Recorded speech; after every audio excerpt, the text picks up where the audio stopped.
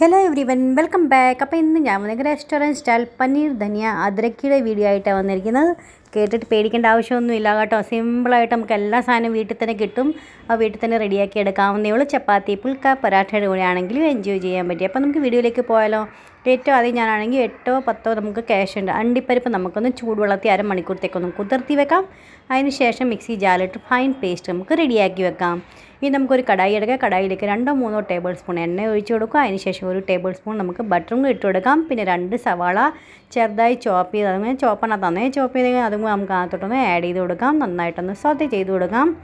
ഇനി നമുക്ക് 2 തക്കാളി എടുത്തും ടൊമാറ്റോ പ്യൂരി നമുക്ക് റെഡിയാക്കി എടുക്കാം. ആ മിക്സി ജാറിൽ തന്നെ 1 കപ്പ് നമുക്ക് മല്ലിയില, 3 പച്ചമുളക്, 1 കഷ്ണം ഇഞ്ചി, ഒരു 7-8 അല്ലി നമുക്ക് വെളുത്തുള്ളി, ഒരു ഇച്ചിരി വെള്ളം കൂടി ഒഴിച്ച് നന്നായിട്ട് ഫൈൻ പേസ്റ്റ് നമുക്ക് റെഡിയാക്കി. എല്ലാ സാധനവും സ്മൂത്തായിട്ട് പേസ്റ്റ് ചെയ്യണേ.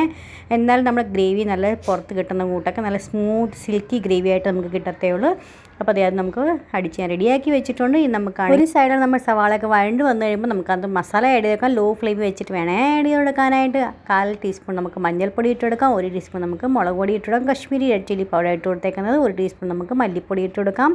1/2 ടീസ്പൂൺ ഗരം മസാല നമുക്ക് ഇട്ട് കൊടുക്കാം. 1/2 ടീസ്പൂൺ നമുക്ക് ചെറിയ ജീരകം വറുത്ത് പൊടിച്ച് അതും കൂടെ ആഡ് ചെയ്ത് കൊടുക്കാം. നന്നായിട്ടൊന്ന് മിക്സ് ആക്കി കൊടുക്കാം. നമ്മൾ ഇതേവരെ അത് ഉപ്പിട്ടിട്ടില്ല. അപ്പോൾ നമ്മൾ ടേസ്റ്റിനനുസരിച്ച് വേണം ഉപ്പിട്ട് കൊടുക്കാനായിട്ട്. പിന്നെ നമ്മൾ ആദ്യം തക്കാളി നമ്മൾ അടിച്ച് വെച്ചേക്കുന്നില്ല, അതും കൂടെ നമുക്ക് അകത്തോട്ടൊന്ന് ആഡ് ചെയ്ത് കൊടുക്കാം.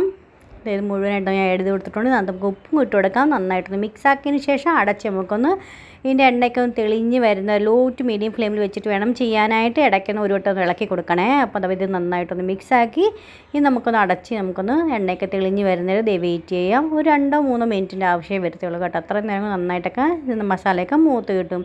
ഇനി നമ്മൾ അണ്ടിപ്പരിപ്പ് അരച്ച് വെച്ചേക്കുന്നില്ലായിരുന്നു, അതും കൂടെ നമുക്ക് ആദ്യത്തൊന്ന് ആഡ് ചെയ്ത് കൊടുക്കാം. നന്നായിട്ടൊന്ന് മിക്സ് ആക്കി കൊടുക്കാം. നമുക്ക് ലോ ടു മീഡിയം ഫ്ലെയിമിൽ വെച്ചിട്ട് വേണം ഇളക്കി കൊടുത്തുകൊണ്ടിരിക്കാൻ. ഇതിനകത്തൊക്കെ എണ്ണയൊക്കെ തെളിഞ്ഞ് വന്ന് കഴിയുമ്പോൾ നമ്മൾ മല്ലിയിലേക്ക് അടിച്ച് വെച്ചേക്കുന്നില്ലേ, പച്ചമുളകും ഇഞ്ചിയും വെളുത്തുള്ളി എല്ലാം പേസ്റ്റാക്കി വെച്ചേക്കാം. നമുക്ക് അകത്തോട്ടൊന്ന് ആഡ് ചെയ്ത് കൊടുക്കാം. ആ മിക്സി ജാറിനകത്ത് നമുക്കൊരു 1/4 കപ്പ് വെള്ളം കൂടെ ഒഴിച്ച് നന്നായിട്ടൊന്ന് മിക്സാക്കി അതുകൊണ്ട് നമുക്ക് മസാലയൊന്നും വേസ്റ്റ് ചെയ്യേണ്ട ആവശ്യമില്ല. അപ്പോൾ അതും കൂടെ നമുക്ക് അകത്തോട്ടൊന്ന് ആഡ് ചെയ്ത് കൊടുക്കാം.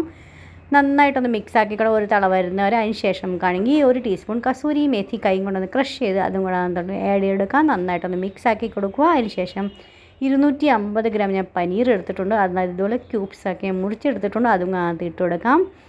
ഇനി നമുക്കാണെങ്കിൽ 1 കഷ്ണം ഇഞ്ചി, ഞാൻ പറഞ്ഞു എൻ്റെ പേര് തന്നെ അങ്ങനെ പനീർ ധനിയ അദ്രക്കി എന്നാ പേര്. അദ്രക്ക് എന്ന് പറഞ്ഞാൽ ഇഞ്ചിയാണ് കേട്ടോ. അപ്പോൾ അത് കാരണം നമുക്ക് ആദ്യം 1 ഇഞ്ച് കഷ്ണമുള്ള അത്ര ഇഞ്ചി ഇട്ട് കൊടുത്തിട്ടുണ്ടായിരുന്നു അരയ്ക്കാൻ വേണ്ടി.